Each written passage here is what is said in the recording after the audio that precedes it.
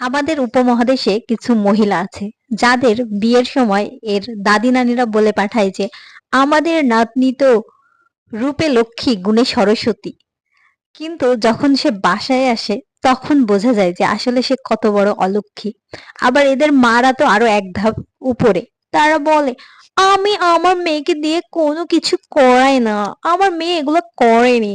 Excuse me aunty, আপনি আপনার মেয়েকে দিয়ে কোনো কিছু নাই করাতে পারেন, বাট যখন সে শ্বশুর বাড়ি যাবে বা অন্য কোথায় যাবে তাকে কিন্তু কিছু করতে হবে। আর যদি নাই করাতে চান তাহলে তার সাথে একটা কাজের মেয়ে পাঠিয়ে দিবেন।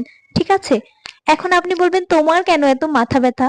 আন্টি, মাথা ব্যথা তো আমারই হবে, কারণ দেখতেই পাচ্ছেন যে আপনার মেয়েরা এই সব বাসাগুলোতে ওঠে, ওঠার পরে 7 জন্মে একদিনও পরিষ্কার করে না। এদের মনে হয় কাজ শুধু থাকে যে সারাদিন একটু রান্না বান্না করব, খাবো আর ঘুমাবো আর ফোন চাপবো, তাই না? এরকমই যদি হয় তাহলে আমাদের জন্য তো প্রবলেম।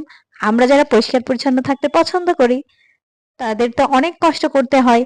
তো আপনারা যখন আপনার মেয়েদেরকে পাঠাবেন তখন দয়া করে একটু বলে দিয়েন যে মা তুমি বাসায় কোনো কাজ করো না, কিন্তু অন্য কোনো বাসায় থাকলে সেই বাসার যেই রীতিনীতি আছে সেগুলো একটু মেনটেন করো।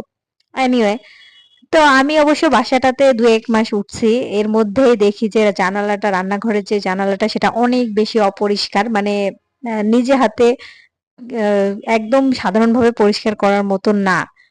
তো আমি আমার যে এই বাসার সিকিউরিটি গার্ড ভাই আছে ওনাকে বলেছিলাম যে কাউকে যদি পান যে খুব সুন্দর করে পরিষ্কার করে দেবে কোনো শিরিষ কাগজ বা কোনো কিছু দিয়ে, তাহলে আমাকে জানাবেন।